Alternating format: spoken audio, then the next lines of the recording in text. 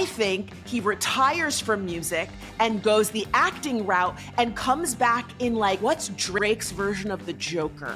Understanding how petty this beef has been this entire time, knowing that it's like Drake can claim that he could go conscious, Kendrick has proved that he could make some pop hits and get everyone to like him. I'll put it like this. If Drake ends up getting his name on another Euphoria type show, he'll be fine with us just never talking about him in a musical sphere again. Doing this tour in Australia with a vest riddled with bullet holes, who on your team was like, that's the thing? He's like, Kendrick is a moment. But you know, sometimes moments are great because sometimes they're unforgettable.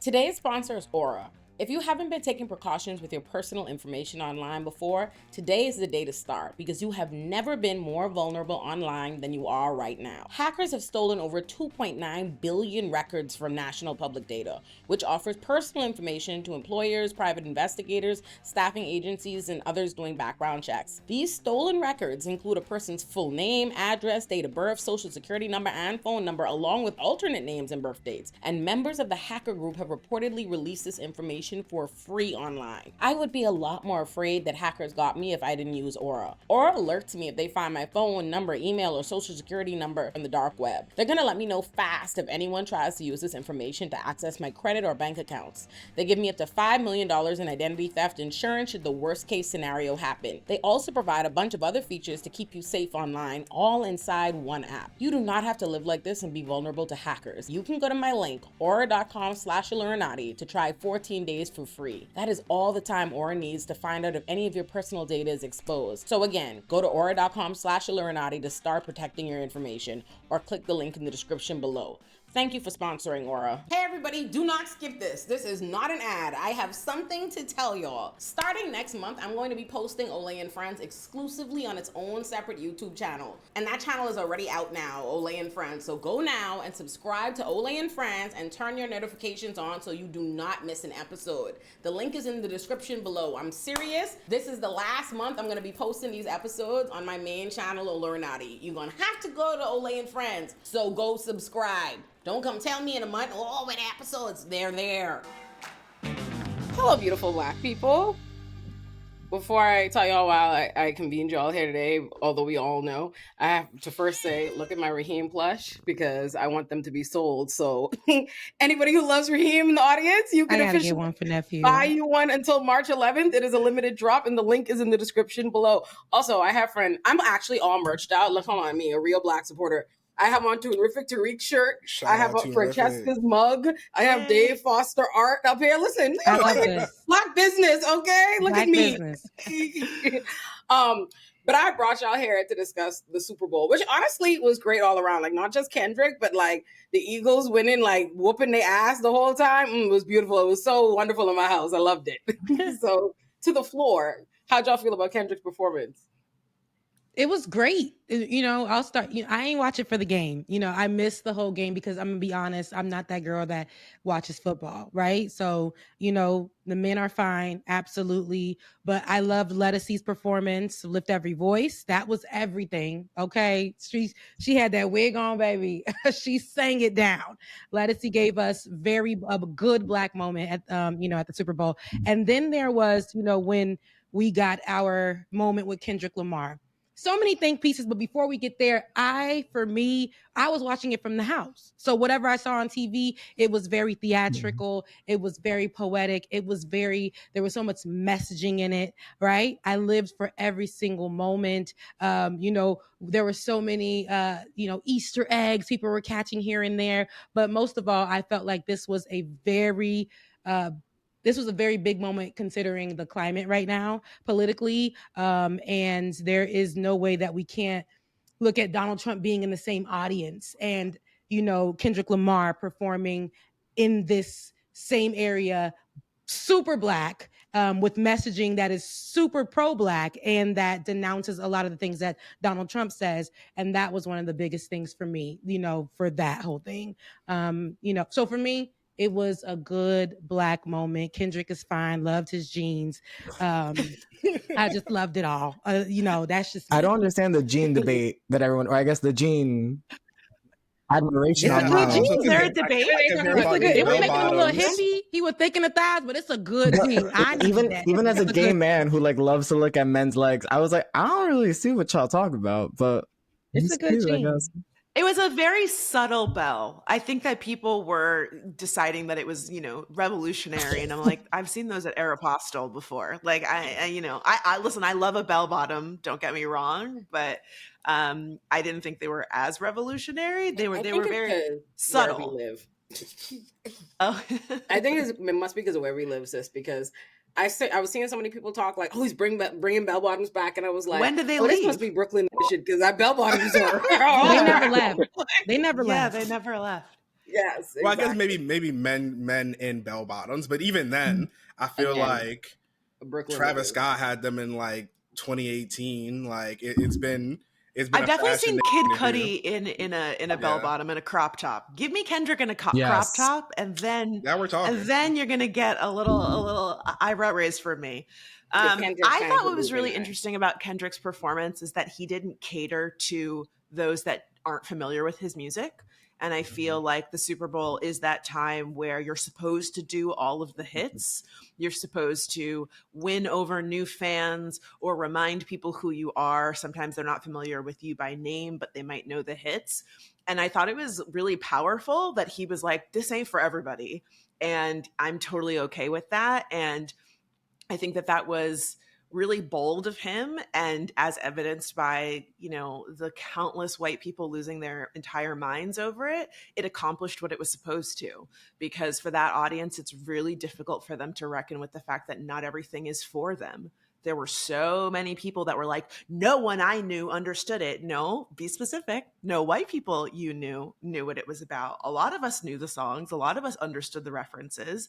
And if I'm keeping it buck, the references to me didn't feel so deep that you needed like a decoder ring to figure them out. Like I saw people doing these like critical breakdowns, and I'm like, if you missed Uncle Sam, if you missed 40 Acres and a Mule, like I don't know what to tell you. Like those things aren't super deep, but at the same time, there are specific audiences that need everything spoon-fed to them, and it went right over their head. And I think that was really cool on his part. And I wish that more artists would be comfortable saying, if you don't get it, you don't get it, and that's okay. No, I really like what I think what I like the most, piggybacking off of what Francesca just said, is that this Super Bowl did make me realize that, yeah, usually the halftime performance is a sort of like almost legacy Las Vegas play the medley type thing. Mm-hmm.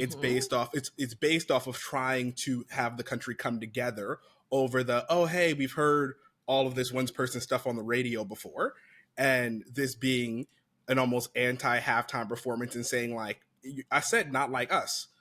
And because of that, like you should not expect to immediately see my perspective. Like you are not like me. And that, I think that there's a meta commentary under there about how like that's also kind of what makes America cool, right? The idea that like that this culture is still homegrown American, but it is so distant to some people's in the crowd's own day-to-day experience. Because like this was a rap show. And like when we call it like a rap show, like two months ago, maybe 3 months ago, I went to go see Missy, Busta Rhymes, Timbaland, and like one other person. And though they are rappers, like when you see them, you see the breath control, you suddenly are hit with this idea of like, yeah, it's not just like rhyming. It's not just like getting a beat. These are athletes. And I think, I don't know where we're going to get into it. I found it like kind of minorly funny going from Kendrick to SZA, because Kendrick very much so was actually rapping. And then when you switch to a new person, it was so stark that I was like, oh, I don't think SZA's singing. And there were live. Tons of people who were like, oh, the mic was on. The mic was in the on. It was like, studio. the mic was on in the studio. It was on in the studio. Listen, it was on during the SZA warm-up. saw what Yeah. y'all did to Alicia Keys, and she said, not I. She said, it won't be me. Yeah, and to her credit, to Kevin's point, it is difficult to sing live in that venue, and it's not to say that it's impossible. And I am a SZA fan, but I've paid money to see SZA sing live, and I've been disappointed. So, I think Let us she see made sing live over there. She's a singer. SZA is a performer, right? Nobody's ever gonna be like, and I don't even know why we getting here, but just let's make it clear. SZA, she's a performer. We go for looks, we go for vibes, we know her music. I don't ever be like, I'm going to go hear SZA sing it down. Never. Right. So Right, no, having that it's no pre-recorded, I shade to think was SZA whatsoever. best. I think it was Yeah. best for SZA to have that pre-recorded. She looked good. She and it got the sounded moves down. good, and it Right. sounded Yeah, good. clean. Didn't expect But yeah, anything else. but overall, it like that was, as a lot of people are calling it, that was a rap show. That it was not a medley. It was not something that was dumbed down in order to make it consumable for the mass audience. Instead, it was a proclamation more of, right? Like, this is actually what our culture looks like, and you will like it. Because I do think, to like the point that I don't know if Rebecca or Francesca just said, it was Francesca, that like this imagery wasn't that deep, right? Like he wasn't breaking out critical race theory. He did not drop the boys or anything out there. Like it was I think almost, for me, it felt like a perfect middle. Like it felt like the way that like Moonlight hit, where it's like, you don't gotta understand everything to be like, no, this is emotionally effective. Like this makes me see something. Even I want to quickly break down like the flag motif. It's like, even if you don't know all the shit that's going on in America, gang members wear colors. You probably know one of them wear red, one of them wear blue. You definitely know what the American flag look like, and you definitely know they're black. They're like that's enough for you to at least get to, oh yeah, black people are part of this country too. And like that might make you activated. That might make you say, wow, what an interesting piece of performance art. And I do think that's, for the most part, a lot of all that Kendrick's asking, which is like, see us for who we are, not for our ability to play that game. And that's why that dialogue between Uncle Sam and Kendrick becomes so important, because Uncle Sam is not just black-faced Uncle Sam. Uncle Sam is our inner voices telling us, especially around this table, as people that are creators, like, how are we going to maneuver around the white gaze? And Kendrick, I think very importantly, being like, I'm going to do my best to buck against that voice. However, just know I can. And like there is some nuance in being able to get your socio-political point off while also making it slap, which I think no other artist right now but Kendrick Lamar could do such a thing on this type of stage. Yeah. I think it's really interesting in speaking on it, like not being that deep, but being very relevant. One of the impacts that I've seen from it so far is that I had a video that I made last summer about like 1,200 Black people who actually did get 40 acres and a mule and had it taken away from them. And since Kendrick Lamar's performance, that video has gotten 1.5 million more views. Wow. So if nothing else, like it's just a bunch of people rolling in being like, yo, I didn't know about this. I didn't know about this. I didn't know about this. Which is and crazy. It's like not even just white people. Like it's a lot of people coming through. So it's like, even if it's not the deepest message, it's not like full on theory, clear impact on Absolutely. a lot of people. I think I've seen some people, I don't think it could be too complex. Like if you want it to reach people, I think it's very clear that he created this show in a very I guess Toni Morrison, like, I am not doing this with the white gaze in mind, right? Like I'm not talking to white people, like I'm not talking to them, I'm talking to us, right? And that's very clear even in how he uses Samuel L. Jackson in the show. Like it's when Samuel L. Jackson basically instructs him like, oh, to play the blend in, this is the next thing, that he plays his like SZA hits, you know what I mean? For white people, like it's very deliberate. And then like when he plays the one he wants, so it that thread is through there the entire time. And I think also, like, if you're thinking about the American public, that is not the brightest, like factually speaking.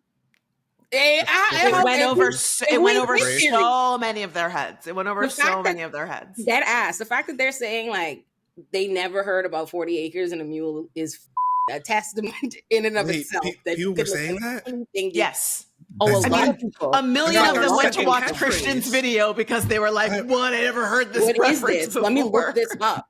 And I think Jermaine Dupri had a good take that I think a lot of people weren't understanding. They were somehow reading comprehension, Not Jermaine interpreting it to mean. Dupri. I missed that one. He had a good take, but they were misinterpreting it to be a criticism of Kendrick, which it isn't.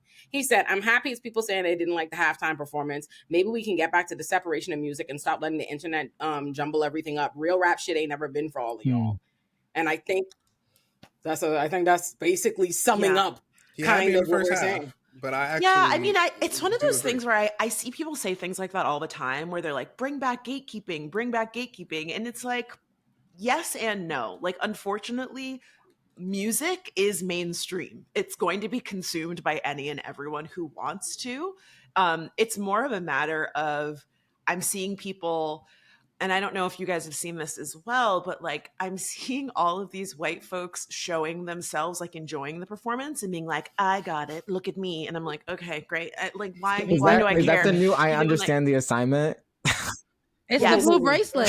It's the It really is. Or it's like, my mom's 55 years old and she got, and then it's like a clip of like a white lady dancing. I to saw it. that. It's like, okay, I don't, what, and so I think that kind of touches a little bit on what Jermaine is saying, is that like, our cultural stuff isn't necessarily meant for everyone, and it is okay. And like, I don't need you to co-sign it in order for me to think that it's valuable or worthwhile. And I've seen a lot of that. And I saw a lot of that coming off of, Beyonce winning album of the year, like white people trying to be like, "Oh, now I listened to it, so now I get it." It's like, oh, okay. It doesn't matter if you got it or not. Like, it was still good before you said it was good.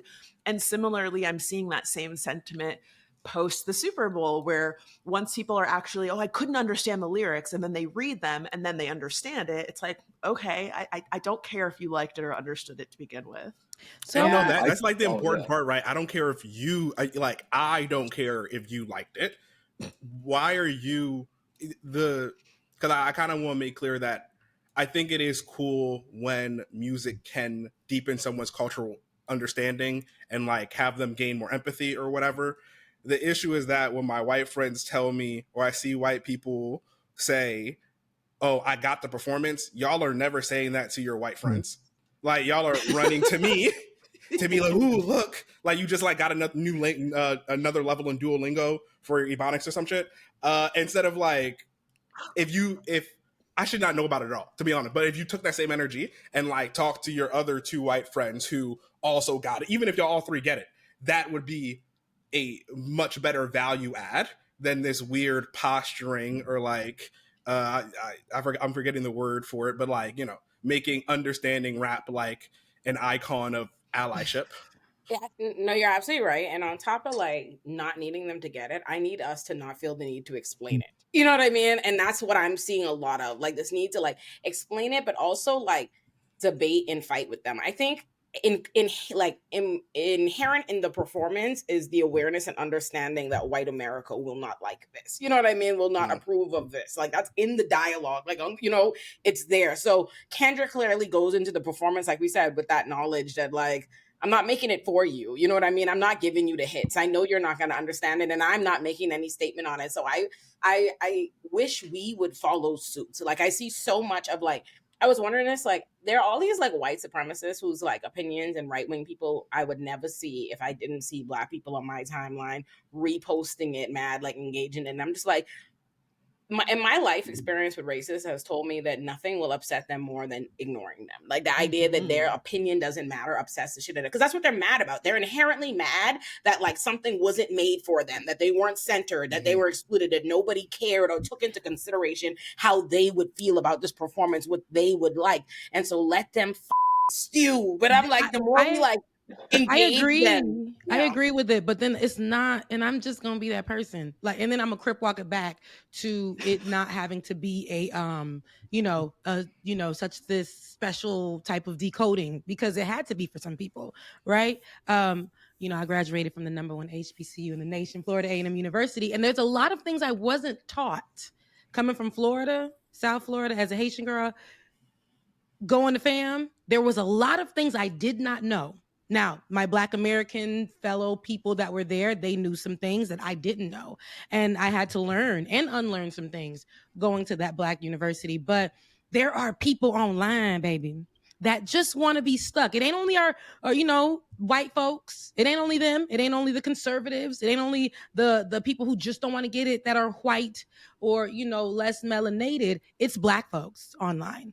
Man, that performance wasn't even all that for real, Where the money It's like trees. y'all always want to see stays. It was deep, but really the Super Bowl sport is supposed to be a performance, and and it's not even that they don't get it; they don't want to get it. So they're online doing the same thing, saying that this is not about being woke. And there are some people who really didn't understand who it needed to go decode it. Like they needed to go to your page, Christian, to go get see what that 40 acres and a mule was about. I know it sounds crazy. We're Black. Some people are Black and don't know about this, but that was a moment for them to be like, what did I miss? What can I learn? What could put me on to stuff? So that was a teachable moment for people. That was for people to get to understand some of these things and where they're coming from, what that means for them and their Blackness moving forward. So I think that was a really good thing. The messaging may not have been such, a big thing for us, like such a special moment for us, but for some other people, they were like, damn, this is strong. Like, I didn't even know this. This makes me understand this a bit more, especially in this climate. People were stuck on stupid for a long time. And that performance alone, whether some people liked it or not, it did open up doors. And it was, for people to learn a little bit more about the different things, like what Uncle Sam meant, like what the 40 acres and a mule, like the injustice, in our systems here in America towards Black people, those type of things. And people got on, and that was just a good place for people to go actually learn what the hell this man is talking about. What I loved about this too, because he's a Pulitzer Prize winner, I think the only rapper that is that. So this man is very good with his words. He doesn't mince them, as Olay would say. He literally is very great with his words. And so everything that he said, people can pick up on it or go back to his lyrics. He even takes stuff from other poets and creates rap with it. And so it's good to see that throughout. It was like an educational situation. And so maybe not for us, it may not have been that deep, but for some people it was deep. I was online with the rest of y'all.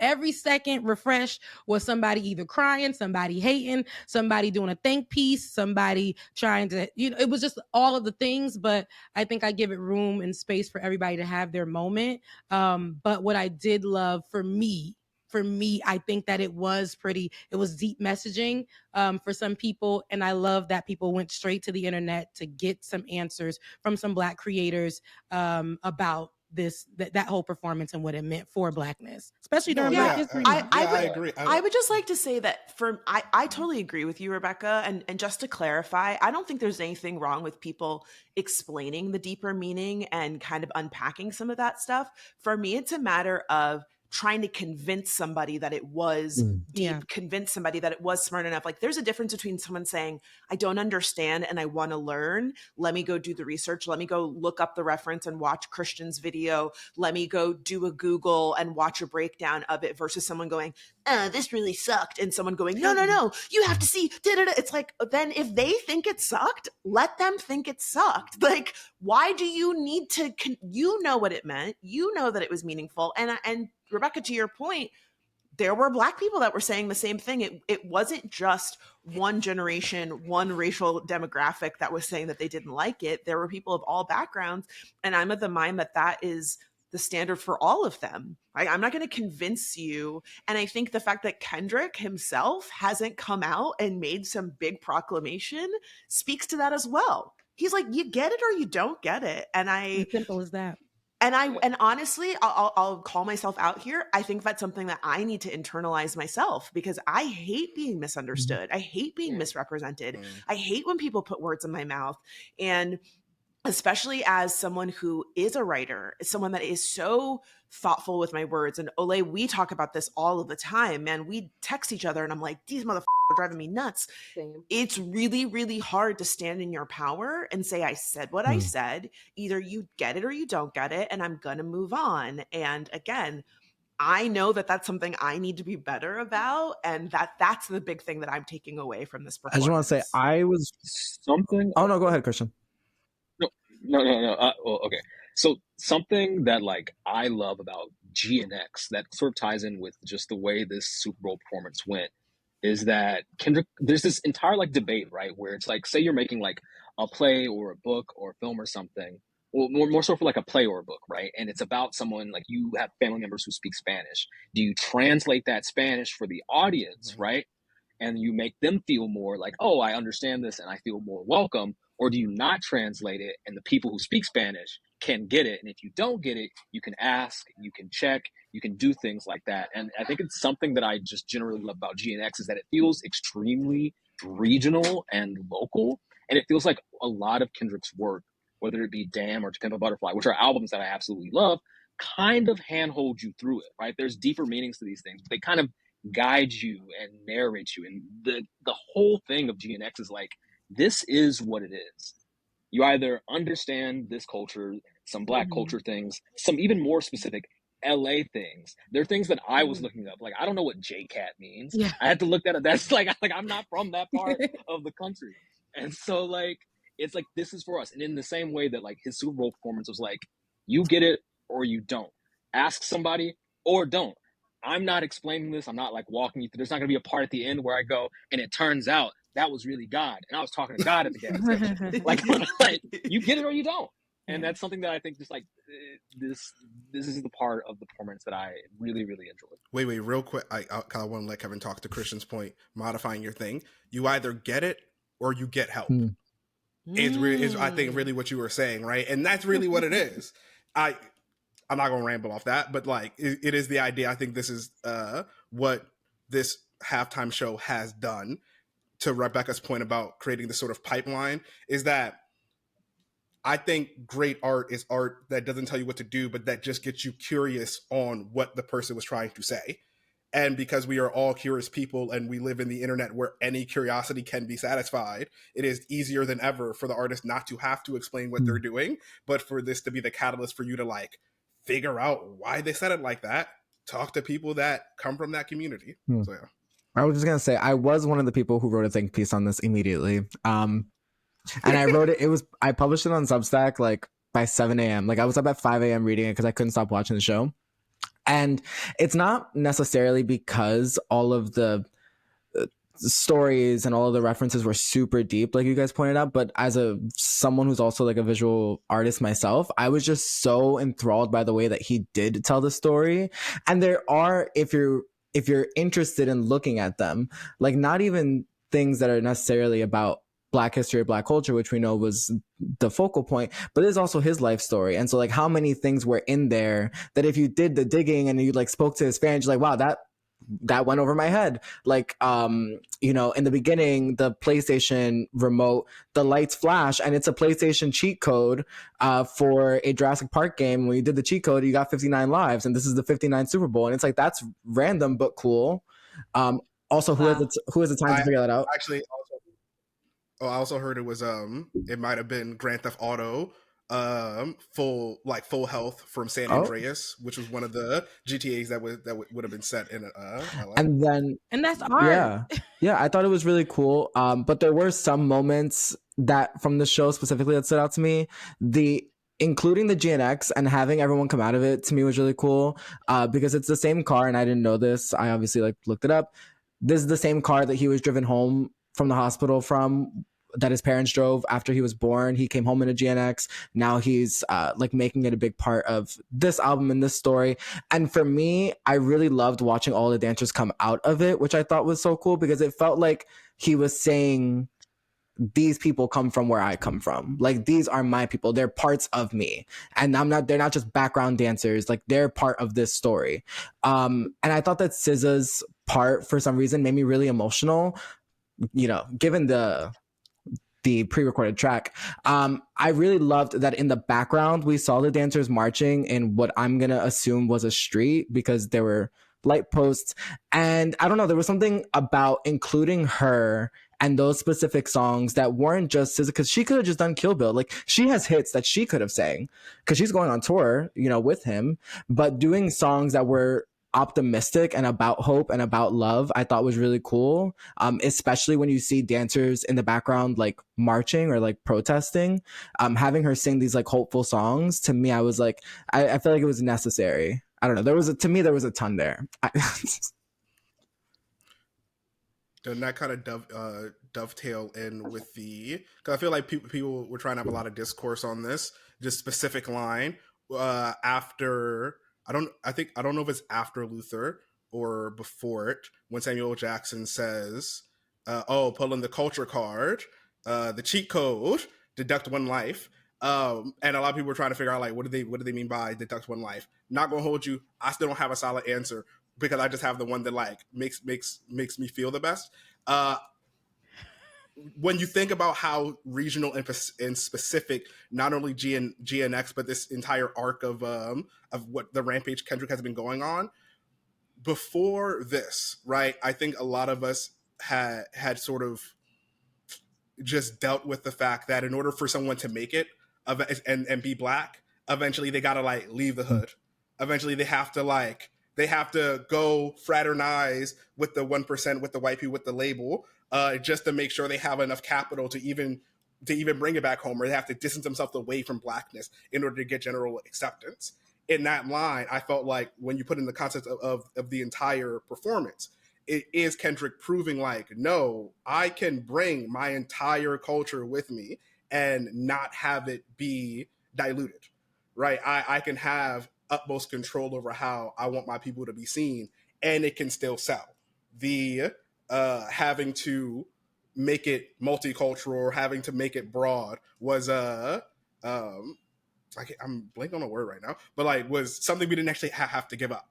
And I felt like that was really powerful to be, because like, to bring it to the Drake of it all, right? Like the antithesis of this is Drake, in the sense of like being cultureless and like just morphing, saying, nah, I'm gonna stand on my square and I'm giving you the best of me, the best of my culture, so that you can see how beautiful this one slice of the human tapestry So is. that came right after. Sorry, go ahead. No, Keep okay, go jumping ahead. in. What, I was go gonna say ahead. that came right after Man at the Garden, and if you remember, the Kendrick and the dancers are like standing in front of a light post, and the camera pans down to them, and there's someone laying on the top of the light post. And last month there was an Eagles fan in Philadelphia who was celebrating out in the street, and he fell from a light post and died. He was 18 years old. He died. So people think that was. I don't think Samuel L. Jackson's line that you were talking about, but I'm just highlighting that specific moment. They think that was Kendrick, like, sort of. See, and I think that because that's why it's art. He doesn't have to convince or explain. I think that's the beautiful part of, like, as if we're reading a book, right? Everybody gonna find something different. If we watch, I know there was this thing that my super black teacher back in high school used to have us do, and it's crazy. We were children. I don't know why we watched Baby Boy. He made us watch Baby Boy. He did, and we were kids in high school, and we watched Baby Boy, and he made us dissect it. And all of us got something different from that movie. So it's like we'll watch black art, and all of us as black people will find something that we resonate with, or find little things and have a different definition or how we see it. And I think that nothing is false, right? It could be real. It could be, that's the beautiful part, I think, of what Kendrick did as well. It just falls into the artistry of it. What I also want to point out is, look how long we started this conversation, and we've been having this conversation, and we didn't even, the first time mentioning Drake was Teo just 2 seconds ago, right? It was literally, we didn't mention that because it was just such good black greatness there that we didn't have to go into the whole Drake of it all, even though a lot of people also, that's the other side of it, people wanted to make it seem like he was focusing on just dissing Drake on his whole thing. And I'm like, no, did y'all watch what we watched? Because remember, he did that little teaser and he didn't even give us the song, and then he gave it to us at the end. He could have did a lot of songs that were directed towards him, but he has a lot of so much body of work, so much greatness, that he just took songs with strong messaging, and that one still has strong messaging in it, but that towards the end, because it was the least important. So I think that that's pretty good too, because a lot of us are so focused on, just especially now, I'm telling y'all, with how, with what's going on in our nation, what's going on around the world, but having this be the the subject of conversation, Black people winning, but this at the Super Bowl, the same Super Bowl where we saw Colin Kaepernick, taking a knee, and we ain't never see him on the field since, right? Since Donald Trump was like, get your boys in line, all that other stuff. This is great to see us kind of like reclaim this moment. Listening to Lift Every Voice and Sing from one of our greatest soul voices right now of our day, Lettucey. And I just, all of it was good. And again, what's understood doesn't have to be explained, but it is a teachable moment. So people that want to go know, the information is out there for you and available to you. But Kendrick has always been the artist that he is today. He might change his look up, but the artistry has always been consistent across the board. So what was y'all's favorite moment of the show? Because personally, my entire household got up and screamed when Serena appeared. Like scream. They know that, like, that was the one thing, like, my man's parents got everybody. We were like, we jumped up. Like, I was too hyped when I saw Serena. That was the moment. Say Drake. What about y'all? I heard you like him young. No, Serena was good. And what I love about this, because see, the nuggets that I was reading, I was getting taught, baby, because I was in people's comment section. What that mean? Serena was in there, doing the crip walk. People were saying that related to her sister being gunned down by, in gang violence, and that was that there. But then it was like, her teaming up with Kendrick Lamar to have her reclaim her time moment, with Drake constantly naming her name in songs, disrespecting her husband, her relationship. And so she gets this moment to shine and reclaim her time. But it was Serena came out there, and I didn't even know she could do that like that. But she also didn't know she could do that because it's Wimbledon. She also crip walked at Wimbledon and got a lot of pushback. And I think that's the core reason. So reclaiming the time. Yeah, and I think a lot of people were. I mean, man, it was so frustrating again to see so many people reduce that to just being about Drake. I'm looking at you, Stephen A. Smith. No one gives a fuck what you think. If you would divorce her or not, you're not in her league. You've never been. I'm looking directly at you. I know he watches Olay and Friends, I'm sure. But this idea of like, oh, she's just, talking about her ex. It's like Drake is allowed to take shots at her and her husband all of the time. And the one time she responds, and it's a very layered response, it's not solely about him. Yeah. It is turned into, oh God, she's obsessed. She's a wife. She's a mother. Why is she thinking about him? It's like, okay. It really shows me people can't do nothing but talk shit about women. They'll find any circumstance. Yeah. It could be the bottom of the priorities list, and they'd be like, Serena, let me talk about how you ain't being a good wife. Yeah, but also the fact, again, if you remove the Drake of it all, Serena is one of the most decorated athletes of all time in a majority white sport where she faced extreme levels of racism and misogynoir her entire career from when she was a child. And so Compton. Exactly. And so it's a very, very powerful statement that she was included in this moment, and she was able to reclaim something that was, used against her when she was quite literally at the top of her game. I mean, I think that's really, really powerful. I think her husband was the one that actually tweeted out or threaded out, wherever it was. But he said, this moment was literally her, like you were saying, reclaiming her time because they, scolded her for crip walking back in the day during Wimbledon. And so she gets to reclaim her time. And he said, y'all doing all this stuff and y'all don't even know this about Serena. And it shows. So, that was that.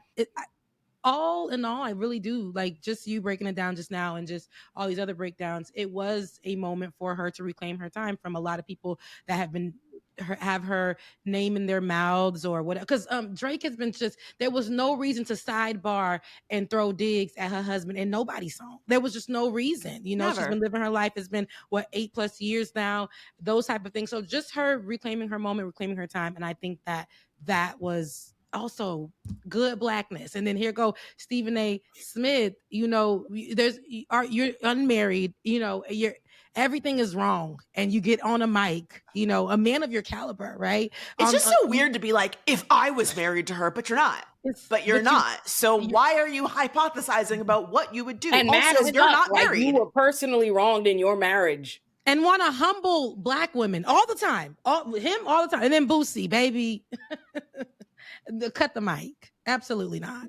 Absolutely not. Boosie Did y'all said see that? something. Boosie like defending Drake with all his heart about how wrong this is and da-da-da-da-da. I did not see that.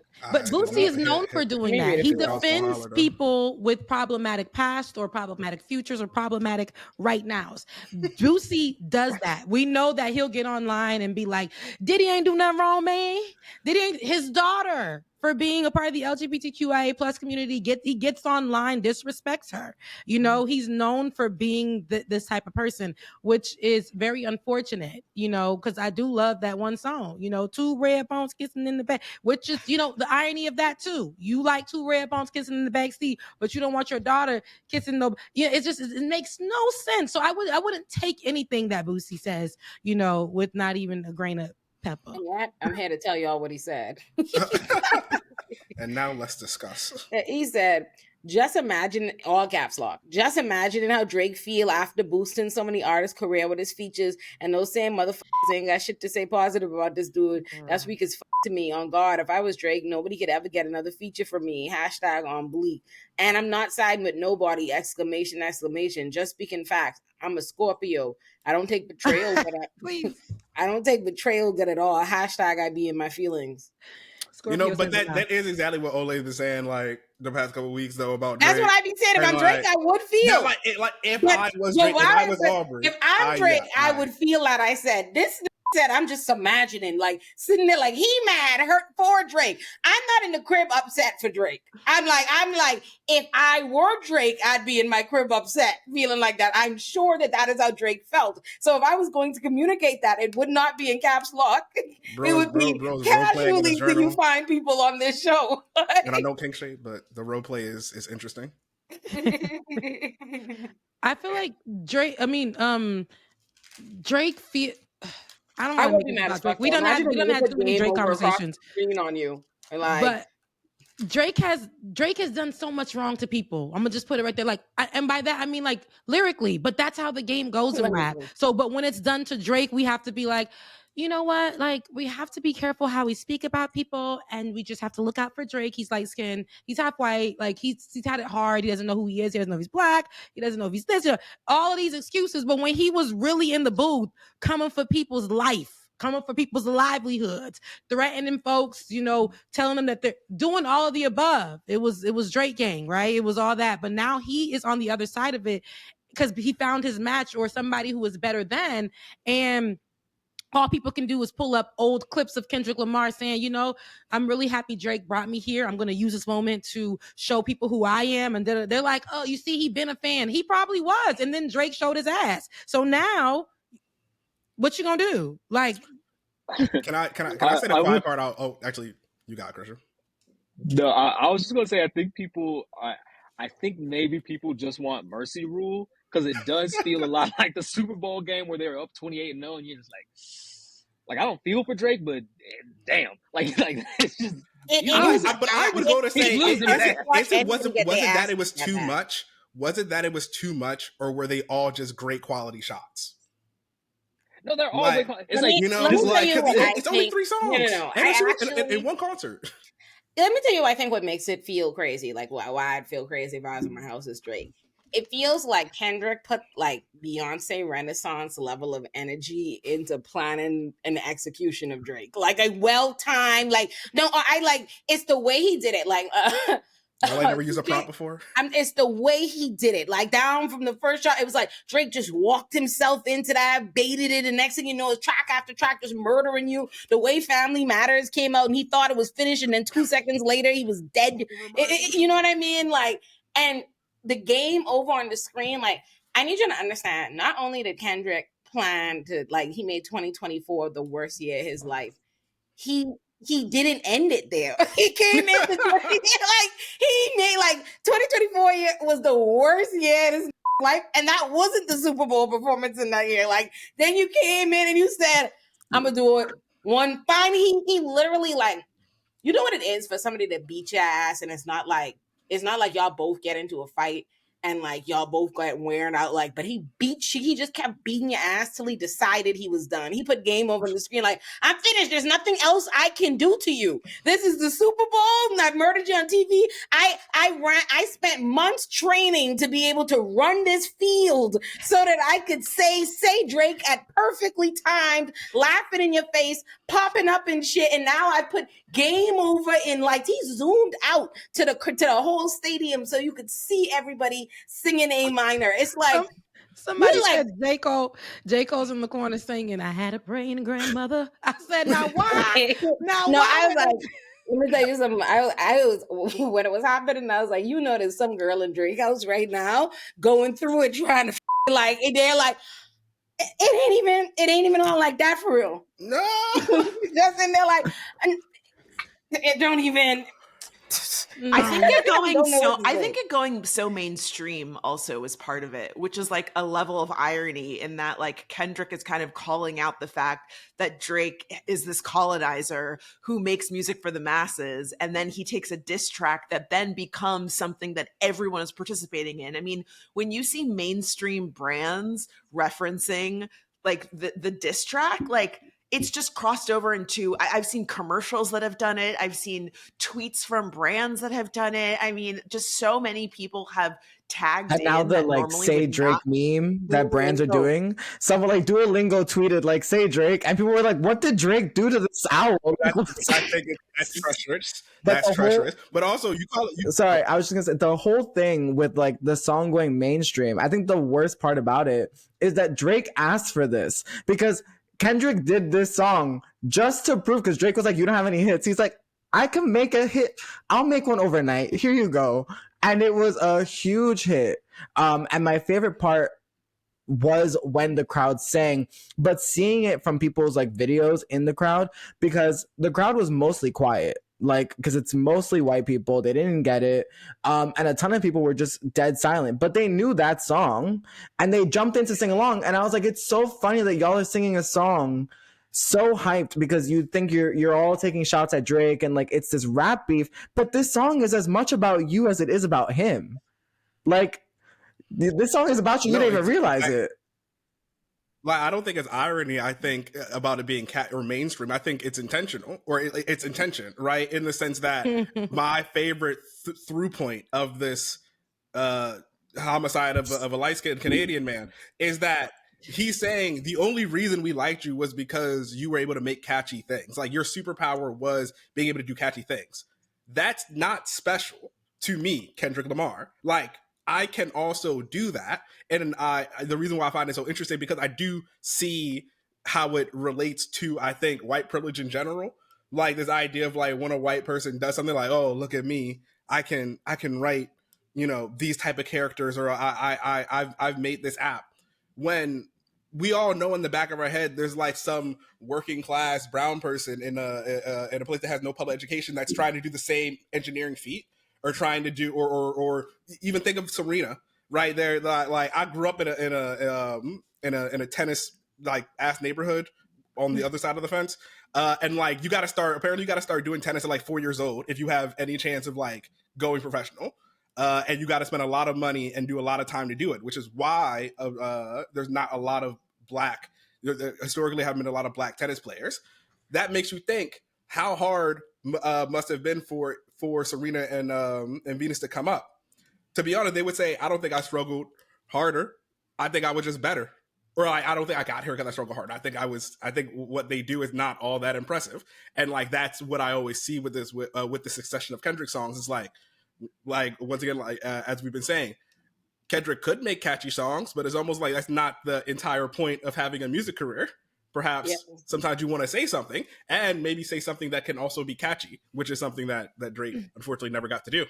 Yeah, you're right. I think it solidifies like Kendrick's inherent point that like Drake, you are a part of the machine. Like what you do is formulaic, right? Like you can make hits, but it's because you follow this formula that you've stolen from us, and a machine is behind you. But you're not special. If I wanted to do this, you know what I mean, do this thing, I could do this thing. We choose not to do this thing because this isn't hip hop. This isn't what we value or what we respect. This isn't authentic. But to prove your point, in this rap battle, I'm going to create every kind of diss track on you. I'm going to create ones just for me, ones for the mainstream, just for the rap heads. Like, like Drake, I just need Drake to just go into hiding for a while. Like, just sit out, honestly, just sit out 2025. He in come back. Australia. I think it's his time to sit. Go ahead, Christian.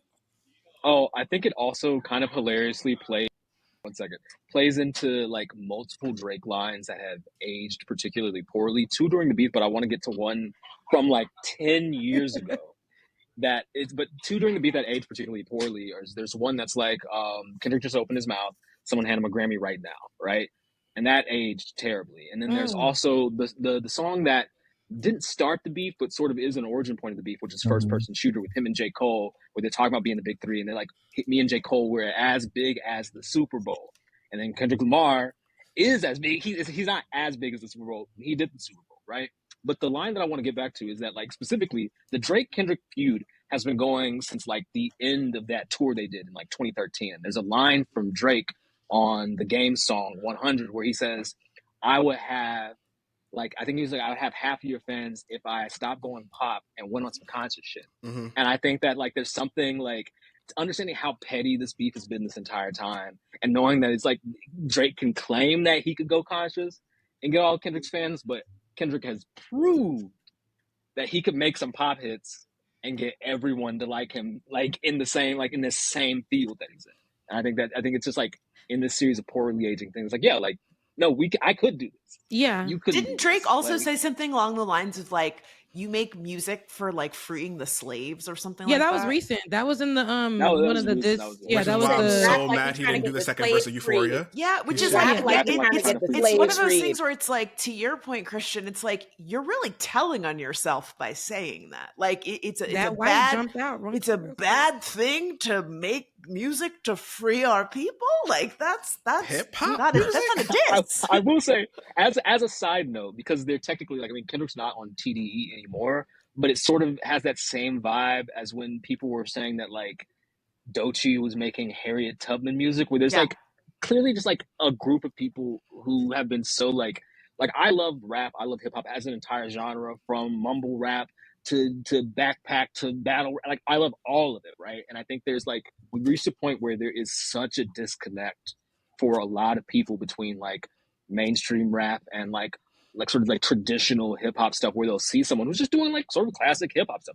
She's still making hits, but she's still doing every once in a while some classic hip hop stuff. And people are like, oh, it's Harriet Tubman rap. It's like, oh, you guys are not connected. Like, yeah, if you or they just don't like it, and it's like not for them, and that's okay. That's the same messaging there too. But or they just are quick to box people in. That's what it is. It's like they don't interact with these people's music or their catalog. They see something that they think speaks to a different kind of a type of blackness that they obviously don't like, and they group it there. So once they decide like, oh, you boom bap or whatever or you original, anything that comes off authentic to them, authentic or like old school or like old heads would appreciate this, they assume that's all it is. I don't like it, and I'm gonna put it over there in my anti-black box. Or if it's like a, if it ends up on the wrong side of the internet, that happens to be a massive place on the internet, then people are going to go with, this is just what that person is, right? Like, say your special song that may be a TikTok song. Meanwhile, this artist has a whole platform, and here you are reducing this artist to this piece of work that they don't even sound like no more. They've since pivoted, since grown from, and that's what they try to do with Doechii. That's what we've seen Drake do that. I mean, while I can consider it just stealing people's face accents, all kind of things, but we've seen him pivot, and I have danced to every one of those songs and pivoted right with him. Okay, I do know, and I ain't gonna lie, Drake lost this, but I still listen to his music. He's still on my playlist. I haven't deleted him. It's not that Drake's streaming numbers are up. So as she got good music, but I think about how Drake has documented his hateration and the holleration for Kendrick, right? He'll be in these interviews and he'll say things like, but was he that great though? Like I was watching a clip when he was saying something along the lines of is Kendrick's first disc early on, right? One of his first discs early on, and he's like, "But do y'all remember the line though? Do you know his music? Can you name his catalog?" And I'm like, that's not aging well because you thought he's like Kendrick is a moment. And I said, but sometimes moments are great because sometimes they're unforgettable. He's somebody that doesn't need to be popping out every single week, month, but sometimes you do got to pop out and show it does, and that's your consistency. You always do pop out every other year, every now and again, and it's always memorable. It's always something that we can quote and say, this was a moment. It is a moment that is historic. Drake, you're great. We're gonna dance to your music. We're gonna rap your lines. They're gonna be captions for our our Instagram videos or our reels or whatever, or TikToks. But Kendrick showed you, while you said that he was just the moment, and he likes just being the moment, but he also showed you he can do what you do. So now when that last album came out from Kendrick Lamar, everybody took his lyrics and now those are the captions underneath Instagram photos and reels and things like that. He doesn't have to stay there. He doesn't have to be there, but he's just showing that he's listen, he can't be stopped.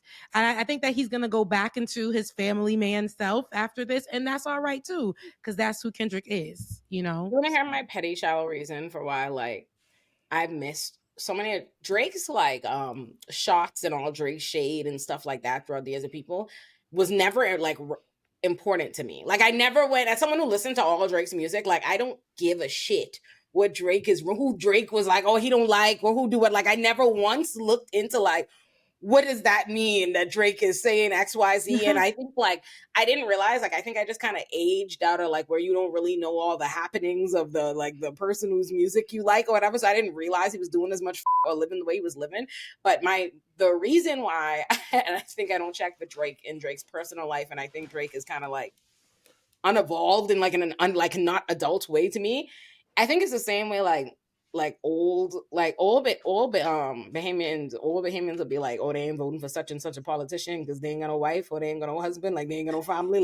My daddy will be like, if he can't lead his family, he can't lead me. That'd be his reason why he's not. And for me, I think if you notice, especially of my generation, and when I was in high school and I was in college, the most successful rappers and the most popular rappers all had a woman. You know what I mean? Even if not a wife, they had whatever. They had a popular woman. You know what I mean? I remember at one point in time, people realizing, pointing out that that's what Wale needed to kind of, revamp his image. A cool woman or whatever would have done a lot for him. But think about it.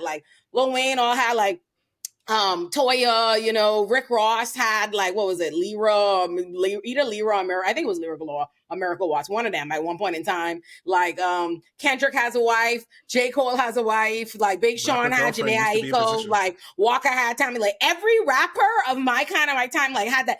And it always said something to me that as famous as Drake is, as much money as he is, as he's a handsome man, we've seen Drake's nudes on the internet. He running on and on about women and gals and crying over bitches who don't want him in every song. I remember the first time he sang Alicia Katia, and I said, a bitch from the Bad Girls Club don't want him. Something is up here. You know what I mean? And I said, it was really then. And so for me, for that moment, that was enough for me to know anything Drake was saying beyond what stood out to me is why this catchy little tune wasn't my business. This man is shallow and childish and into childish things in a way that wasn't my business. So that's my shallow old Bahamian reason why I don't take Drake seriously.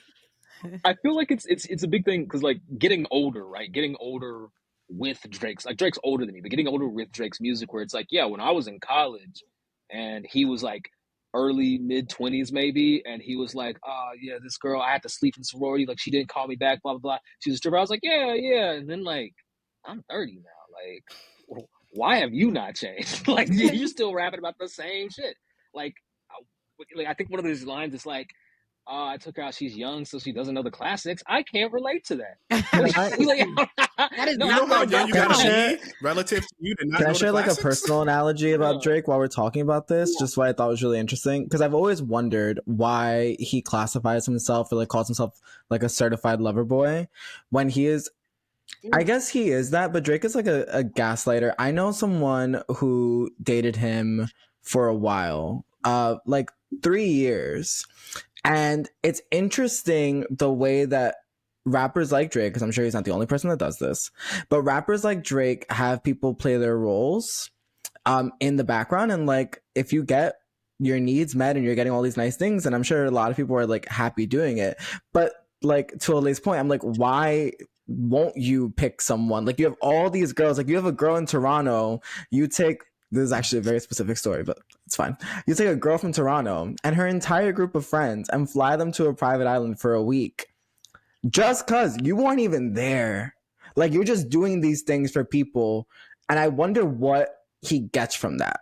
Like, what do you feel like doing these elaborate things and providing all of this to people that you don't want to choose?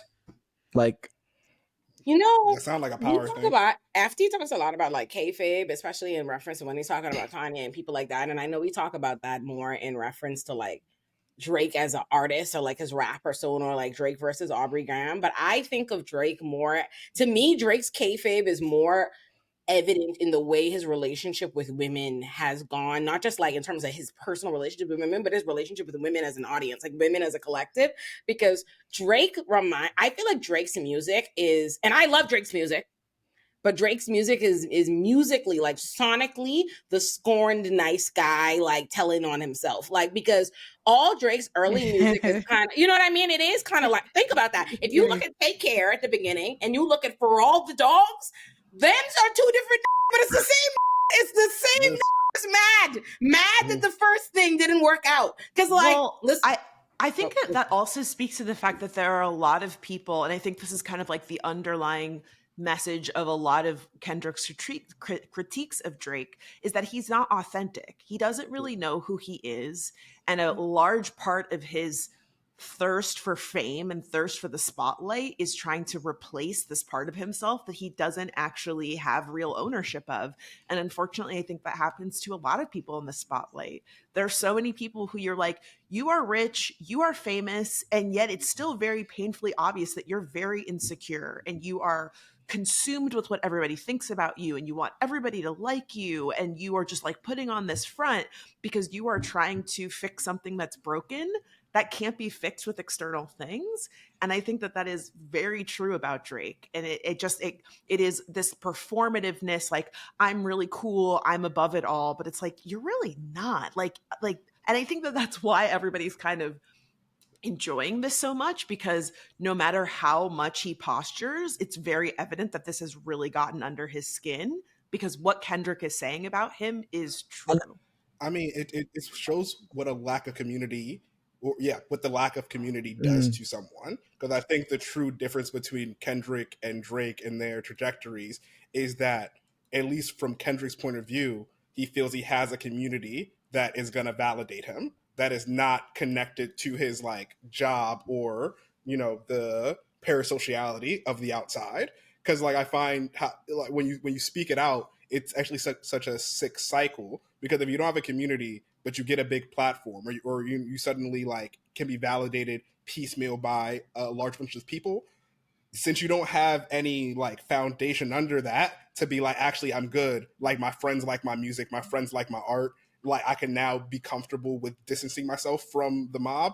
You're now trying to get the mob to like you, but the mob's always growing and changing, so of course you never feel stable in your identity. You're constantly having to like adjust it, because the only well that you want to go to is to the public that you make stuff for. See the fairness. This me making my argument you was talking about earlier is how like again for Drake, because I think like I have sympathy for Drake. I'm not gonna lie. I have such a soft spot for people emotionally reacting to like things that I know every human being would. You know what I mean? It's like everybody in mass is like commenting on the reality that yes, Drake is very bothered, even though he keeps trying to tell us he's unbothered, right? And everyone's like, oh, he should do this, do that.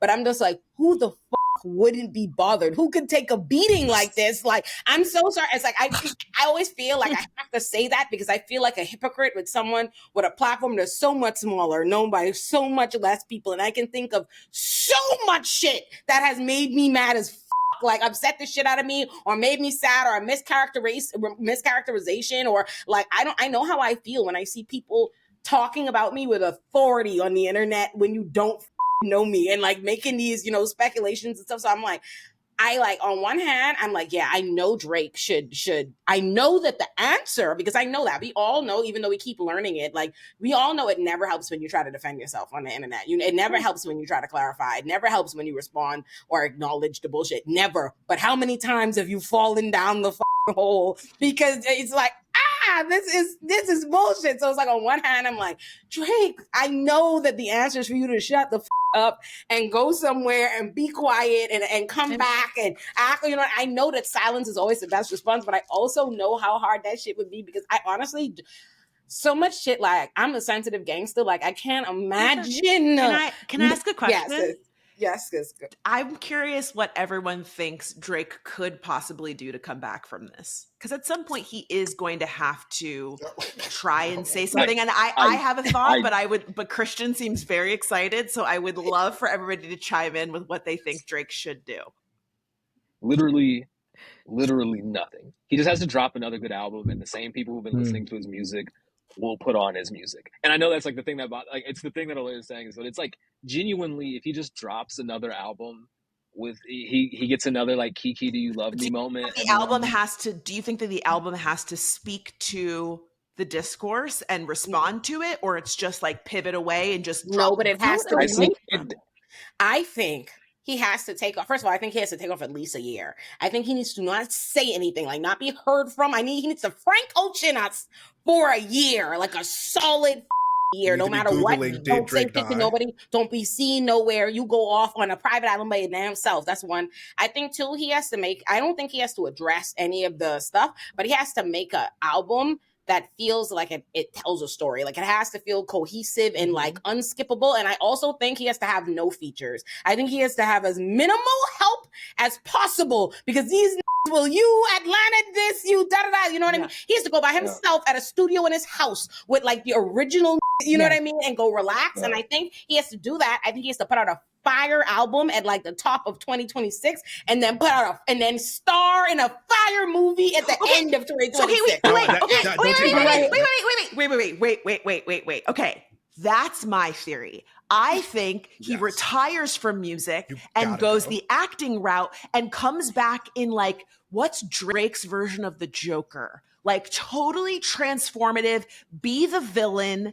You guys say that I'm performative. You say that I'm fake. I'm going to go all the way fake so that you're watching the movie and you're like, is that Drake? And he's like somebody totally unexpected in a Marvel movie or like something like that's a huge blockbuster. This is no shade to Will Smith, but like if he could take Will Smith's place as like light-skinned man du jour in action movies, like just one. I think it would be really revolutionary because it would be unexpected, and also it's a lane that Drake is familiar with. He's been an actor, and I think again, if the criticism has been you are this culture vulture as a musician, it's like lean all the way into it and be like, I'm going to transform into a totally new person that you've never even seen before. It's a no for me, dog. And I'll say because I feel like, Drake, I will agree with this though. Drake does need to take a break. Like when things are embarrassing and things are happening, I know some people can get through it because they will shut up and they will not focus on that issue. But Drake, you can tell, is so salty about it. The lawsuit, all that stuff. Now it's gotten crazy, right? Now you were winning with other people when mind you, this was on Future's album. This was a feature on Future's album. He wasn't even considered at the Grammys, right? Now he done birthed or grew this person inside of Kendrick Lamar, or had this person come out inside of Kendrick Lamar, and now Kendrick Lamar is all these Grammy winners and stuff like that, whatever. But back to Drake, I think he needs to just sit down. You took an L, baby, and then you started doing the most. it made Now you you gonna look come back, sis. it made you look weak. And now we need you to sit down. You got money. Enjoy your life. Go be with your mama. You know, check for your daddy. I know I know you want something. do all of that, but he's already an actor. We've seen him acting, and I think Francesca, I believe he's a great actor, and I think that I didn't say he's a great actor. I don't know To be about fair, that. I didn't say he was I was like, great. did y'all watch the Galaxy? No. Let me be clear. I'm not saying he's a great actor. I'm not saying he's a great actor. I'm saying that he can act and that it is a place he's familiar. So, but let me clarify. I said great actor because we've seen him, you know, go into people's culture and just take it, right? And just, you know, just be standing by people 5 minutes and you got their accent. You standing by people 5 seconds, you got That don't make him an actor. That make him a politician. So he's a great actor. And I think that, you know, eventually we'll probably see him in this lifetime, you know, go into acting. Drake but just I do believe that he needs to step back. He needs to take a breather and then come back because he doesn't miss one more making fire music. retiring album just to like even He doesn't need to retire about what the criticism. No, he does. Let me tell you, he has to wrap up. I think he would retire too. I don't think like no, never put out music again because or not do anything. It's because I think he should move on to acting too. Let me tell you why I agree with Francesca on that. 50 Cent, as problematic as he is, has a book that I have and have read, covered like front to end, right? It's really a good one. But 50 Cent explains how he like came to the conclusion that rap wasn't gonna be it for him no more. You know what I mean? And he was like, the problem with a lot of artists, like people ask him how he's been able to be so successful in transition. He's like, because they're not honest with themselves. They won't accept when shit like the writing is on the wall. 50 said he realized like he had a song, I don't remember what it was, but he said he performed it overseas and it was a banger, but he performed it in American. It would be crickets, and he realized like this is a young man's game. This is for me, and that's when he started looking into a vitamin water and producing and doing these different things. I think there are always times to move on or to expand, or where you start focusing your energy somewhere else. Before we didn't realize Rihanna was retiring for a long time. Rihanna retired on us in plain sight, and we didn't realize it. Like we didn't realize like when she started Fenty Beauty, this bitch was never coming back. She gave us a fire last album and left. Right? And don't address us with running on with her music. I think it would make people respect Drake that he goes, you know what? Came out with an album, I lost this I am talented. And I'm out. Right. If he so you think 50 really I think he just found another place to put how he is. He's not somebody who lets go. Yes, the game is for the young. He did that, right? But in his book, why he does all the petty things he does as a part of his like marketing and keeping his social media like popular. 50 Cent is a money making concerned about his long term pocket.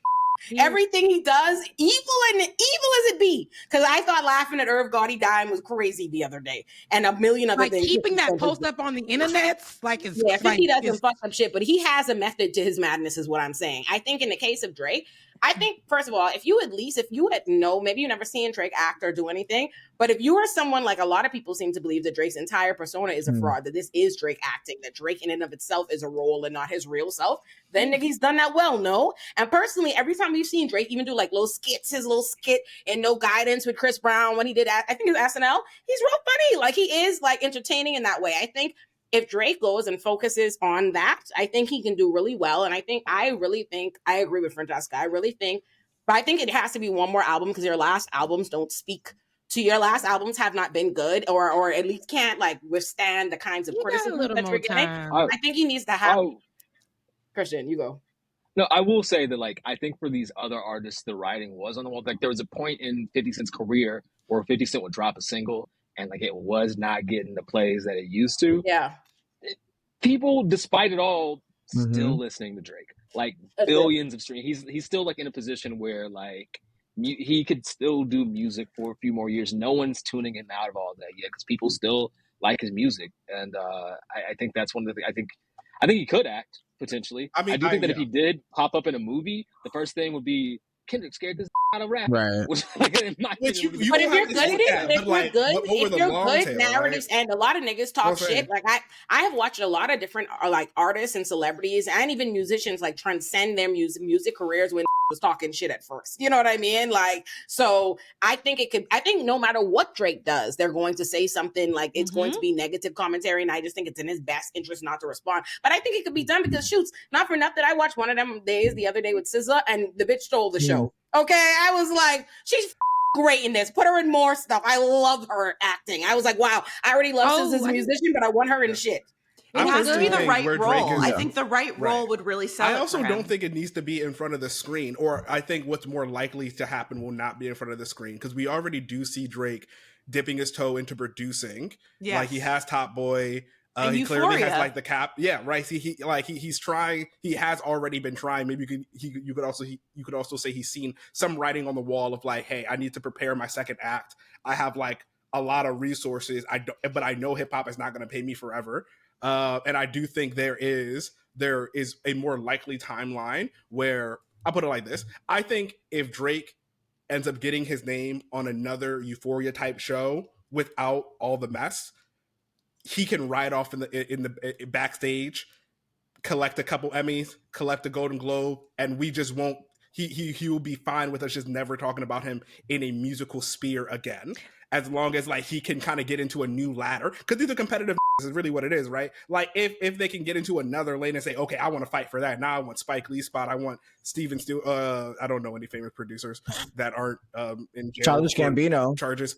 Childish Gambino is who Drake thinks he is, in my opinion. Besides the hits, and that's a very unpopular opinion, but I think that Childish Gambino is one of the greatest rappers who are out, and he is a great writer. He's also a nigga with problematic behavior towards black women. I think that's actually a really good reference, Kevin. I think that if you went the Childish Gambino route and did a limited series or something like I think a lot of people don't know that he's my concern with Drake is that he doesn't make good choices. Like doing this tour in Australia with vests riddled with bullet holes.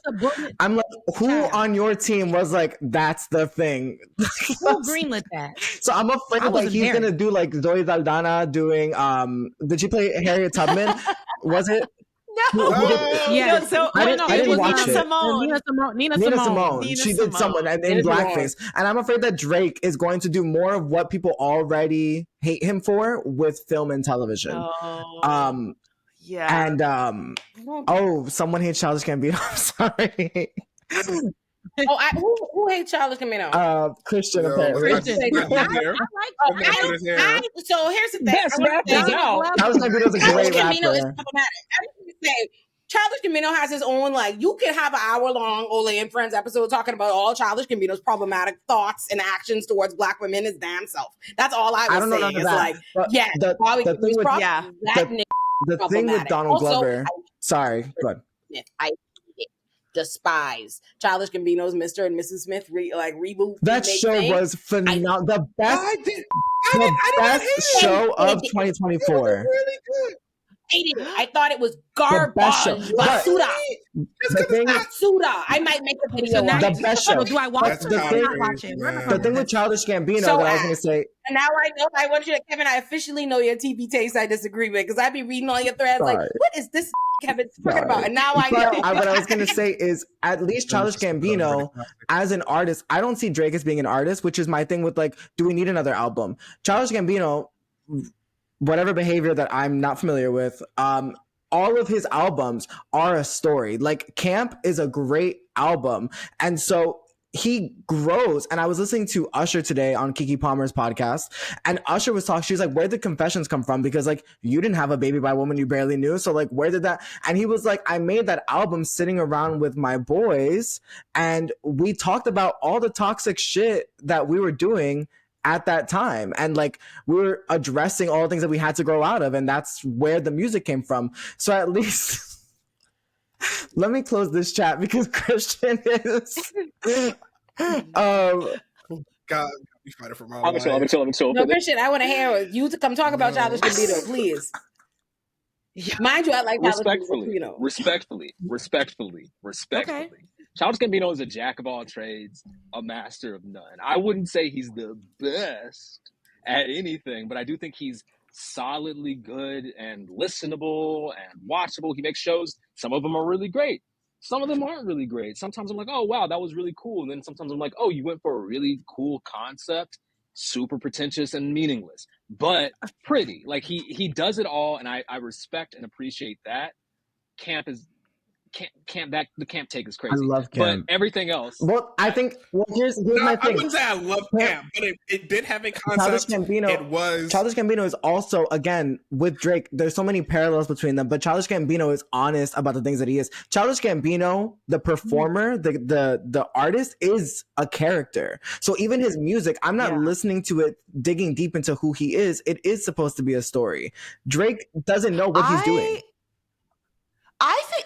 I think Kevin made a great reference. Thank you, because Francesca. Childish Gambino and Drake both have Yeah, we very think it is. shaky, shaky falsettos. You know, I think it's a great reference like too. I think it's good.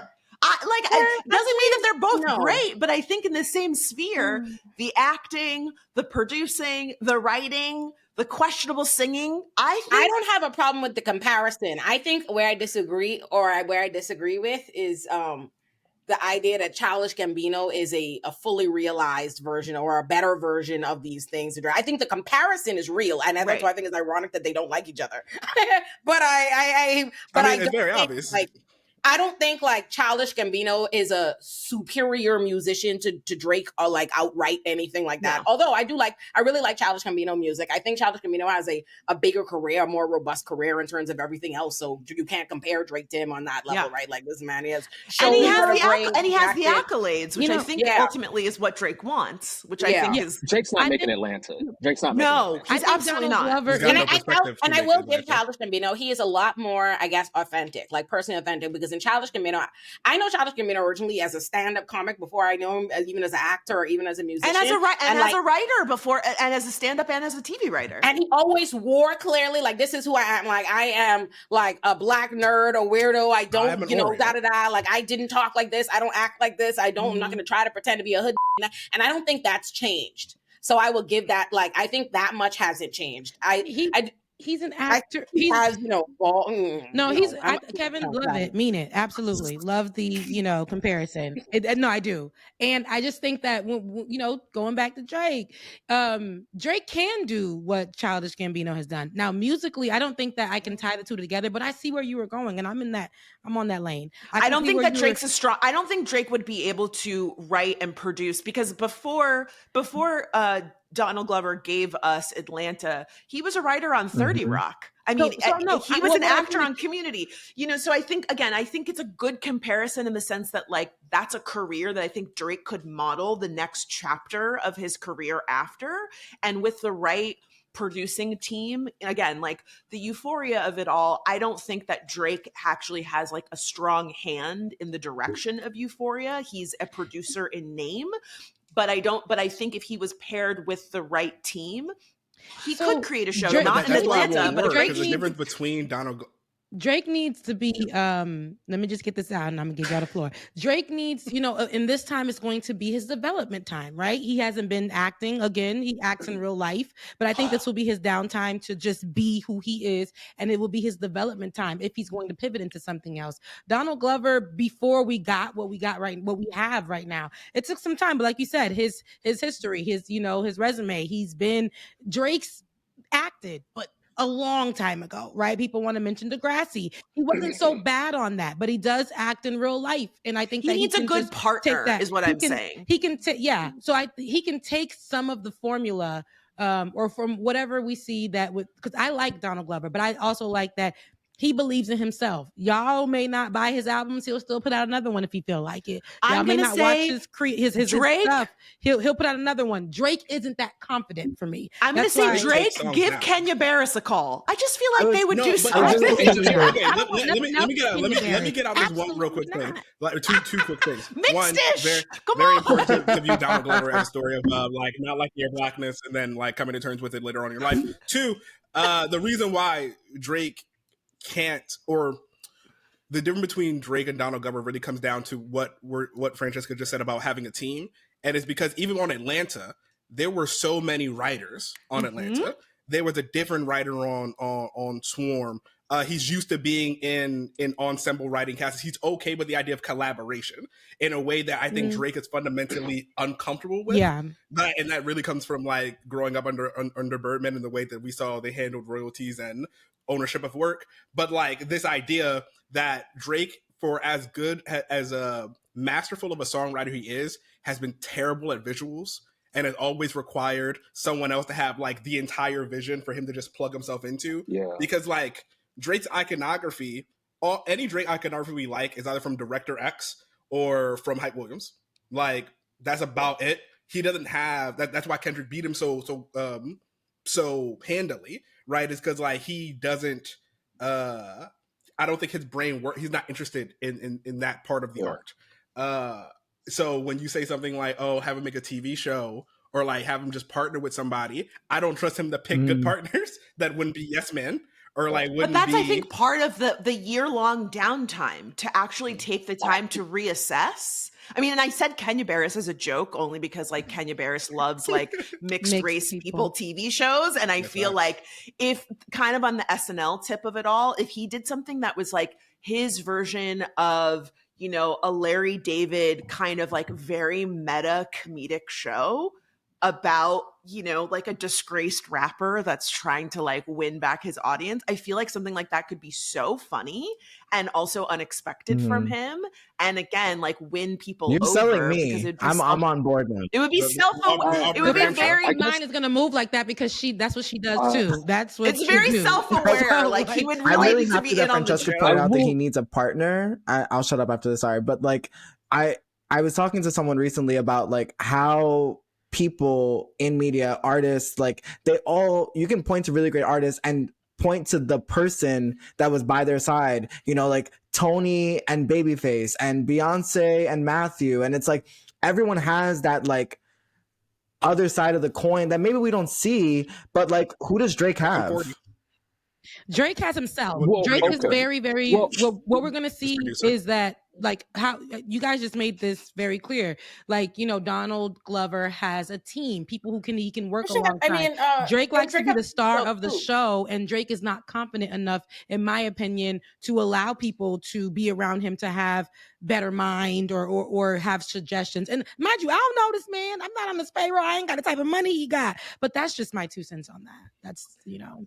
Well, I will say Drake had the thing that I'm going to ramble out. Like Drake has a team, but he's never been in the workshop. So like Drake has Noah and he has like Hit Boy. He has like a team of people. The Drake sound, that mix of like old R&B plus some rap melodies and like that sort of like reversed reverb sound is very curated and crafted with the people he's been workshopping with since he first got off of Degrassi. But what he has never been in is that he's never been like a line writer. He's not someone in a writer's room.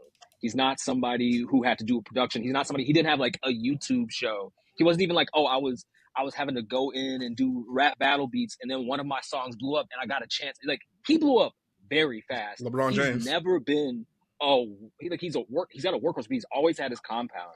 He's never been just like not Drake. Do you know what I mean? Mm-hmm. He's always had that level of success. And I think the difference between him and Childish Gambino, give it where he's credit, Childish Gambino did YouTube comedy, did stand-up comedy, did the work, wrote on 30 Rock. Mm-hmm. Did these things. And then like, that's years and years in development. Even if you look at like someone, Quinta Brunson, right? Like she was on BuzzFeed, she did the work, she did this, she was on these shows, she did comedy, she did this and that. And it's like all these people have that workshop of work. Drake's done that for rap and rap exclusively. And it's like Drake take an improv class. He needs Drake improv special. I wish BET. I really wish for Drake that more people were there, like I was when he was on Degrassi as Aubrey Graham, talking about wanting to do music and was laughing him out of the building on the end. You know, like I want y'all to understand, Drake was trying. He was Aubrey wanting to make music for so long that they wrote it into his storyline to appease him. Like, here, damn, do a little music because no one's entertaining you. It was like between Drake's between Aubrey's first telling us he wanted to do music and like when the Replacement Girl, which was a flop, came out is a gap. You know what I mean? What was Replacement Girl a flop? Replacement Girl, with you know what I'm going to talk about? Best I Never Had is the single that makes people think Replacement Girl wasn't a flop. That's the first time I heard because that hit number 1 on 106 in Park. I remember because I was in middle school. Girl? Replacement Girl, it did. I remember them Replacement Girl. It was a good one. It was a good one. Now I would say Y'all gotta. he's not confident right now. I think that Drake just hit a place. If we were having this conversation about Drake pivoting into this next, with acting or something else, right? If this was like maybe 5-6 years ago, I feel like that would be a no-brainer for Drake, and he would probably be going into developments and stuff like that. But I feel like we see how selfish he is, and how he's not taking this L so well. So there's not going to be room for development. I do believe if he does back up, sit on somebody's couch, preferably a therapist, and just really have a conversation, let things out for about a year, and see about himself, right? Self-awareness. We talked about that. And I think that he needs that. And then he can bring in people who can actually help development into his next, wherever he's going in life, what that looks like. But I do think that I could see Drake doing movies. I can see that. But giving up music forever, absolutely not. He might do like a LL Cool J, right? Remember, LL Cool J came from the 80s, baby. And I was, doing the head shake when I was in high school. And he was in movies. And he was, okay. You're disrespectful. That's what you are. Like. Drake also reminds me of someone else who I think needs to retire. And the reason why their career isn't where they want it to be, they don't have the accolades that they want to have. And the same thing is like, they only have yes men around and no one can tell them anything and they don't make good choices, is Jennifer Lopez. It's someone who blew up overnight. You hate her. I hate her. Oh, I love that you recognize me for that. Yes. Hate her. She's the worst. But I don't know. Here's the thing. I'm kind of inspired by the fact that she's the worst. Like, she's I can't the whole sing. time that you guys were like, Drake needs to back. retire, in my head, I was like, and take J-Lo with you.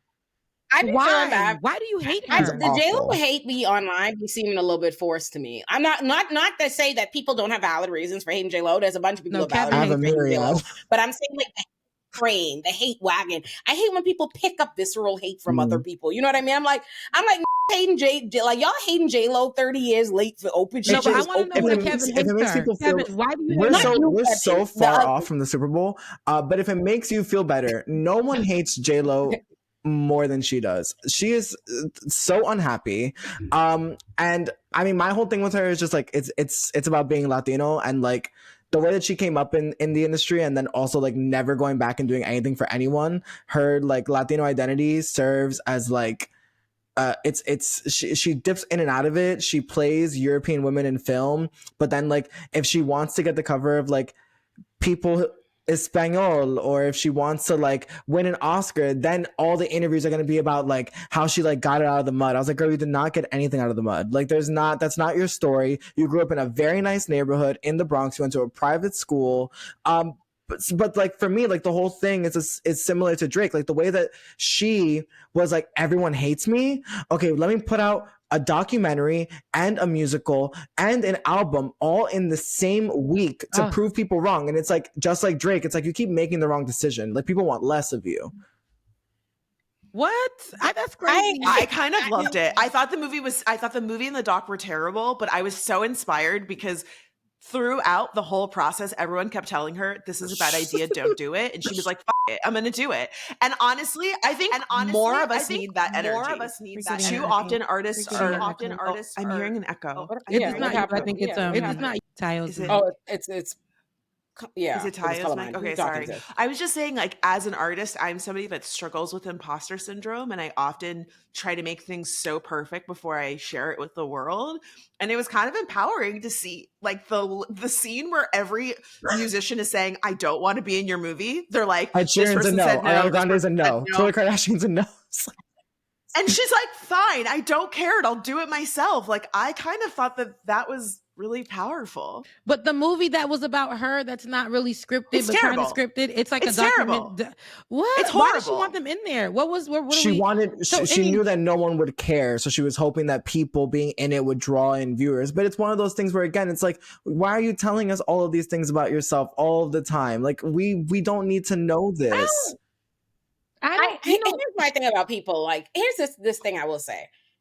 it's when people make things, if they have their platforms, regardless of which one, J-Lo is an incredibly famous person, and there are a bunch of people that are her fans and that with her. What's annoying is when people who don't like her go and participate in her, like, or don't like anybody, go participate, go watch their things just to like be like, that nobody likes you, nobody wants this, we want less of you, but it's like, don't watch it then. Like, it wasn't for you. She was gonna, like, she made it for the niggas who fuck with J-Lo. And like, I guess, like, here's my thing. Like I said, I know all the reasons. Like, I know all the reasons from the different perspectives. Like, Black people don't like how you did Ashanti and this and the next thing, and she don't seem particularly in the nicest or whatever. But I will say some because when people don't like women, the way that they go about litigating them, I don't necessarily like. Like, I feel like you don't like J-Lo, so then niggas would litigate all the men in her life into victims. You know what I mean? Like, J-Lo's ruining everything. Her relationship life becomes that way. I don't necessarily like. I'm not Latina, so I don't get in Latina none people of business. My things about J-Lo, none of my things about J-Lo are about her as a person or her relationships or how many times she gets married. I don't make fun of her for those things. That's none of my business. Like, for me, it's J-Lo, John Leguizamo, and who apparently invented crip walking, by the way, and George Lopez.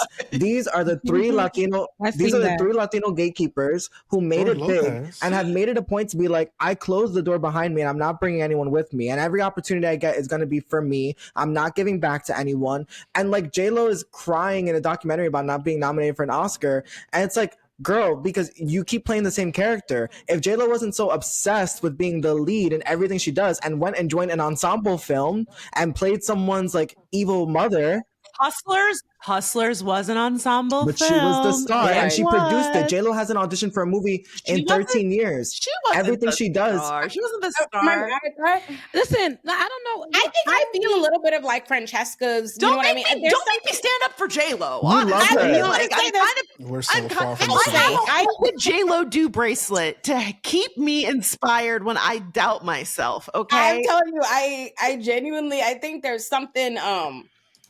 I think like we respect when people be very like one man shows and when they like believe in themselves like bulldoze when it works out. And like, you know what I mean? And like when it doesn't, or when we don't view them at like the things they're doing as successful, like we become against that, like that method, you know what I mean? And like, I think like we're watching some of J-Lo's failures, but I think it's interesting that she's being summed up by all her failures in recent years rather than an overall like successful career. And like I said, I'm not a J-Lo fan. I'm not a J-Lo stan. I don't listen to nobody's J-Lo music. I didn't think Hustlers was good. I don't watch a lot of, you know what I mean? I like some J-Lo films. Like I like Enough. I like Wedding Planner. She's I like great actor. Selena. Like you know what I mean? And she be singing songs that are written for her. Okay, they've been hits, right? And because they were just like, let women be bitches in peace. Like I just feel like honestly, J-Lo, like let women be bitches in peace. Like there's so many like up men and like so many up people doing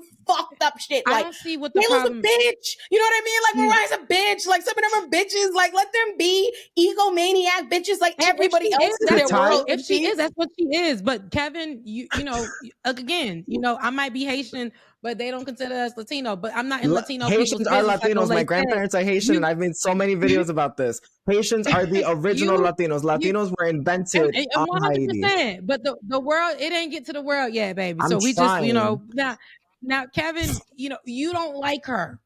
That's how I know you, because on the internet, any conversation surrounding J-Lo, I probably started it. You know, you hate her, and I'm like, why do you hate her so much? Like, what happened? Didn't she block you because you hate her so much? She has me blocked everywhere. That's right. And but let me be clear. It's because you don't like how she utilizes even Eric Adams doesn't have me blocked, Kevin, so you're dragging it. Like you don't like how she wears it as like underwear. Like, I don't here, like that her Spanish was good at one point and she thought it was so useless to her that she forgot it. I don't like that she doesn't produce films for other people. I don't like that with all the access and resources she has, that her and John Leguizamo have the audacity to be like, I wish there were more Latinos in films. I'm like, make them. Why does she like she doesn't have to if she didn't cry about it. That's my thing. George Lopez, at least he's honest and he says, I don't do anything for anyone. But J-Lo and John Leguizamo are always like, I wish Latinos had more opportunity, but they won't give anyone opportunity. I don't know that like that. I've seen him online being problematic over this weekend, so I can't comment on that. I want to talk about J-Lo in a vacuum because you might be comparing it to the devil. He looked like he was doing over the weekend. So I don't know nothing about him. But as far as like, I guess like in J-Lo's career, I've watched the things, I've watched the think pieces, and I guess I kind of understand how these things happen. And sometimes I feel like I'm wary of criticizing people who are in a different world than me when they were like coming up and doing different things and maybe didn't have I don't think it's crazy for a Latino woman to take roles that might have been meant for a white lady. You know what I mean? Like, I honestly think that's kind of subversive. I'm not mad at that. Honestly, I'm not. I think that's way better than a black, It's like, than Nina questionable, but I Simone, ain't like, mad at than it. which girl? What's her name? Who? Zoe Zoe Saldana and the Saldana. shit she does. Like, I don't mind that. I don't have a problem with that. I don't necessarily. I get producing your own shit and wanting to focus on that world and for like different reasons. Like, for example, like I have a whole Illuminati verse devoted to different shows and things around, you know what I mean, for myself that I made for my different outlets. And I don't think there's anything wrong with that. And I don't think that creates an obligation to produce for other or you're not like, oh, you're not, you know what I mean? You're not black. You're taking off your identity if you're not producing. But there are different things that go into that. And I want to say, like, as a creative, like, I think there are things sometimes that are personally stylized to who you are as a creative and what you want to do that aren't necessarily about your.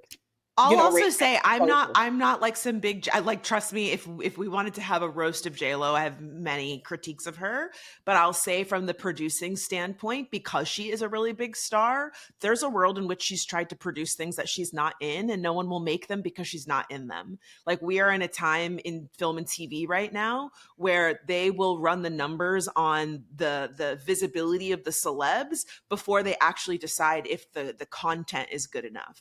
They're like, who's going to be on the poster, and if the poster's not going to sell the movie, then we're not going to make it. And so, you know, again, I'm not saying that She might George Lopez is kind of a good example of this, because I was watching a video the other day. George Lopez, like Sandra Bullock is basically who pushed the George Lopez show through. She's who saw the vision and wanted that and thought that there was an underrepresentation of Latinos and thought the George Lopez show would be something good. And they wouldn't make, she had to they didn't want to make it. None of the channels she went to. And the only way she got it made was to put herself in the show. That's why Sandra Bullock has that role working at where George Lopez works in the show. So like that very much so is a thing. You know what I mean? It was like, oh, I don't know these. You know what I mean? Like, I need somebody that I know to sell to tie it back in. J-Lo performed at the Super Bowl. Just trying to, I feel bad for Christian and Tayo, so I was just trying to. She did perform at Super Bowl, and it wasn't. And here's the thing: I think that there is a nuanced conversation. I think there's a nuanced conversation with this whole J-Lo thing. I believe that with the, you hate her, Kevin, but outside of that, I feel like J-Lo though is, I might not like her like that, but there was a point in time, my little 10-year-old self was singing her music and all the other stuff, and I think that she looks great right now. She got a new man every day. If that's a business, that's a business. I just really think that also what she presented herself as outside of, this is outside of Diddy. I'm going to go beyond that. We're not even going to touch that. But I think that she had to present herself that way for her to be accepted than just being the role of Selena. So she had to be the one that can play the white actress or the ambiguous actress. People couldn't identify who she is or whatever the case may be. And that got her different roles as an actor. Zoe, I don't think it was Zoe. I think that she definitely honored or really thought that she was doing a great thing as an Afro-Latina, right? I remember Zoe actively being I'm not black ass bitch. I remember that.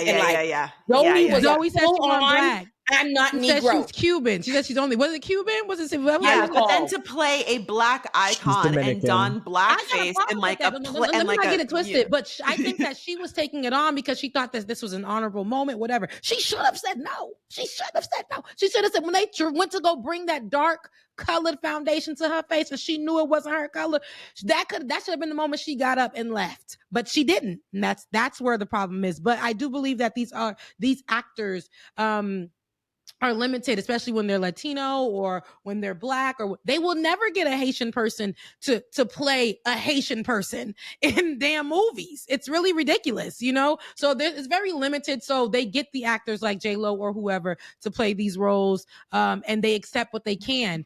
I think that if they made more, now J-Lo is at a place where she can make it, but why should she make it? There are other people who are actual producers and that are Latino who don't do it themselves either. So I don't know. It's real questionable, but I understand your frustrations for, you know, Why I her hate her. not being a great representation for you. I think just many things can be true. Like, she's definitely problematic, and I think she has a long history of taking shots at other musicians when she doesn't have the vocals to back up the way that she talks about other musicians.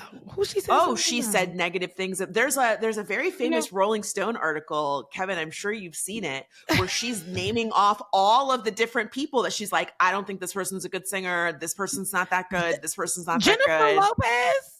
Yeah, it's bad. It's never really bad. read it because I don't care to hear her thoughts. J-Lo?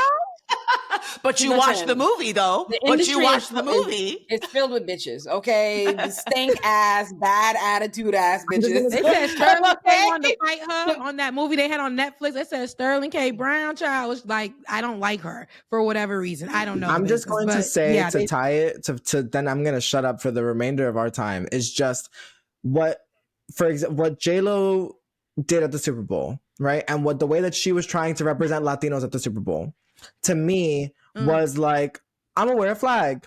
That's it.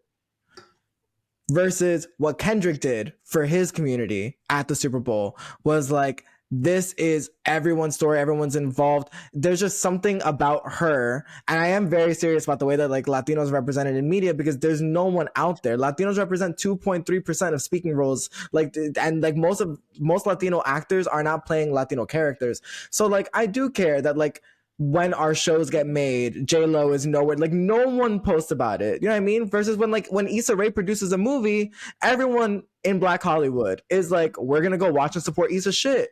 So like, I don't know. That's just, I think she sucks. Got it.